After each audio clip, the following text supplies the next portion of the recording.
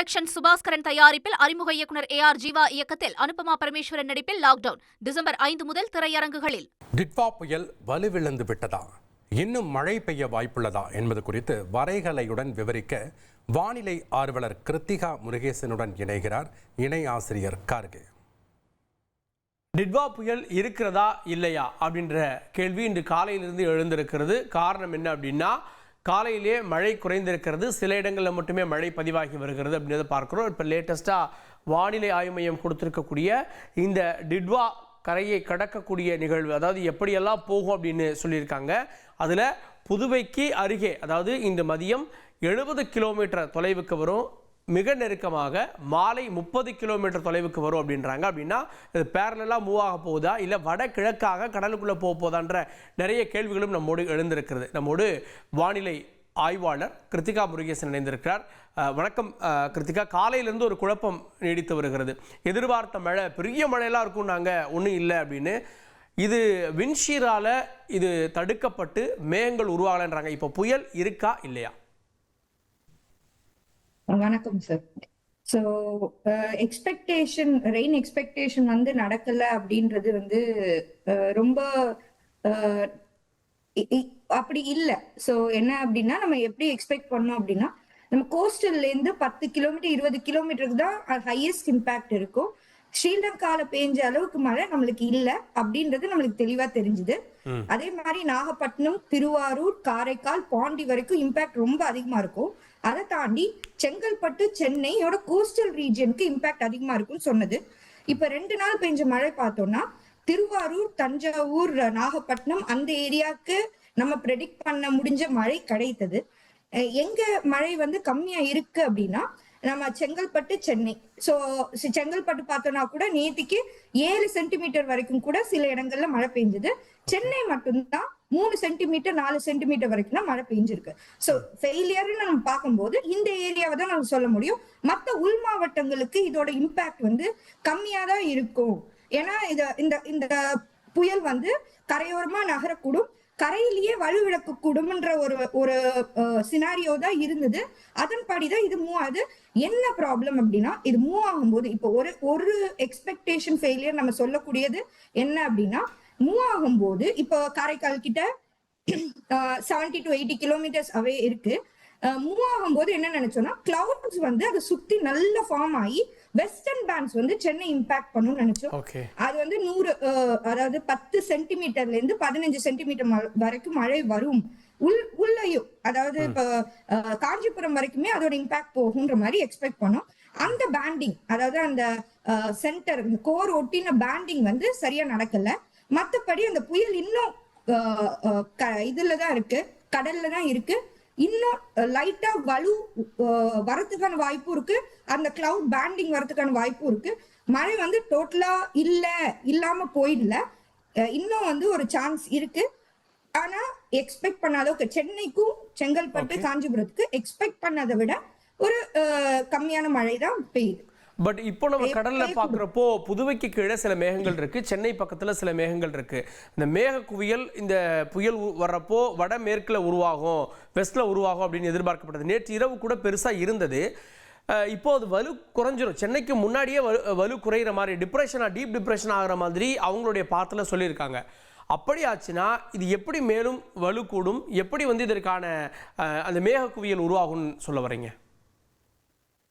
வலு கூடும், நம்மளுக்கு வந்து இன்னும் அதை பத்தின டீடைல்ஸ் தெரியல. நம்மளுக்கு இன்னும் வந்து இந்த ட்ரை ஏர் இன்ட்ரூஷன் இருந்துட்டு தான் இருக்கு. நம்ம என்ன சொல்றது, மேற்கு கடல்ல இருந்து வரக்கூடிய வறட்சியான காத்தோட இன்ஃப்ளூயன்ஸ். ஸோ அது வந்து எப்படின்னா, இப்போ ஒரு டெவலப்மெண்ட், ஒரு சைக்ளோன் டெவலப் ஆகுதுன்னா நடுவில் அந்த டெவலப்மெண்ட் டிஸ்டர்ப் பண்ற மாதிரி நம்மளுக்கு காத்து வரும்போது அந்த ஃபுல் டெவலப்மெண்ட், அந்த கிளவுட் வந்து பேண்ட் ஆகிறதுக்கான வாய்ப்பு வந்து குறையுது. இப்ப குறைஞ்சுதான் இருக்கு. இப்ப மாடல்ஸ் வந்து இப்ப ரீசெண்டா ஒரு 3 மணி நேரத்துக்கு முன்னாடி நடந்த ரன் கூட இன்னும் மழை வரதுக்கான வாய்ப்பை காமிக்குது. சோ அதனால கம்ப்ளீட்டா டிஸ்கார்ட் பண்ண முடியாது. இது இன்னும் எப்படி இருக்கு, இன்னும் டெவலப் பண்ணிட்டு இருக்கு, இதை பார்க்கணும், இன்னும் கொஞ்சம் க்ளோஸா பார்க்கணும். கண்டிப்பா டெவலப் ஆகுமா அப்படின்றது நம்மளுக்கு வந்து கான்ஃபிடன்ஸ் வந்து 80% தான் இருக்கு. ஃபுல்லா, அதாவது அகைன் நான் சொல்றேன், டெவலப் ஆகும் நம்ம சொன்னா அது வந்து மறுபடியும் புயலா மாறதுக்கு வாய்ப்பு இல்லை. பேண்டிங் நடக்குது, அதாவது கிளவுட்ஸோட குவிதல் நடக்கிறதுக்கான வாய்ப்பு இருக்கு.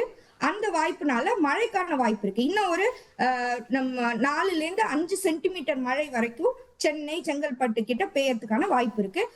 அது மேல நகர இப்ப வந்து அது ஸ்லோவா நகர்ந்து பாண்டி அதுக்கப்புறம் சென்னைக்கு வரும். அதனால நம்மளுக்கு வர காத்தோட இம்பாக்ட், காத்து அதிகமா இருக்கும். அதே மாதிரி கடலோரத்துல காத்து இருக்கும்.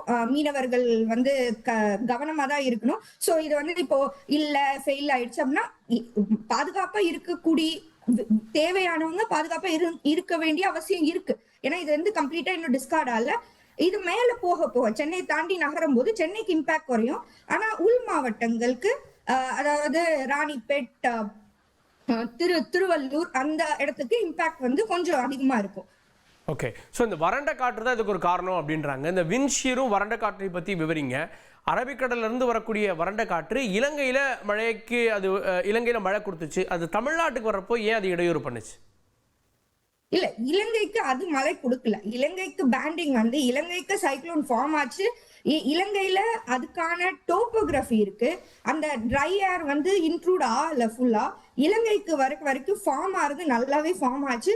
சைக்ளோனா அது வந்து லேண்ட்ல லேண்டுக்கு வந்ததுக்கு அப்புறமும் இன்ட்ராக்ஷன் நடந்ததுக்கு அப்புறமும் அது வந்து நல்ல மழையை தந்தது இலங்கைக்கு.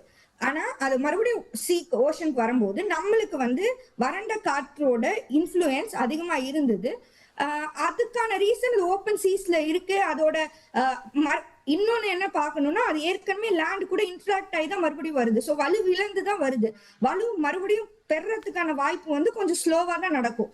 ஸோ மாடல்ஸ்னா நம்ம கணித்தது வந்து இது இன்னும் கொஞ்சம் ஸ்ட்ரென்தன் ஆகும், வெளில வந்ததுக்கு அப்புறமும் ஓப்பன் சீல ஸ்ட்ரென்தன் ஆகும்னு நினைச்சோம்.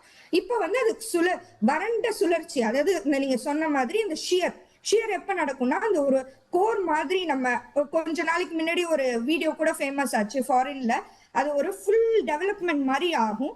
அந்த வெர்டிக்கலா அது அந்த ஹைட் வரைக்கும் போகும். அந்த மாதிரி போகும்போது நடுவுல காத்து டிஸ்டர்ப் ஆகும்போது அந்த ஷியர், சோ ஒரு சுழற்சி ஒரு முறையாவும் இந்த காத்து வந்து அது ஆப்போசிட்டா இருக்கும்போது ஒரு தண்ணியில வர அந்த சுழற்சி மாதிரிதான். சோ அது கம்மியாயிடும், அதோட இம்பாக்ட் வந்து கம்மியாயிடும். இதை வந்து ரொம்ப ஆராய்ச்சி பண்ணி நம்ம இன்னும் புரிஞ்சுக்கிறதுக்கு இன்னும் டைம் எடுக்கும். இப்போ இருக்கிற புரிதல் படி இன்னும் ஸ்ட்ரென்தன் ஆகிறதுக்கு வாய்ப்பு கம்மியா இருக்கு.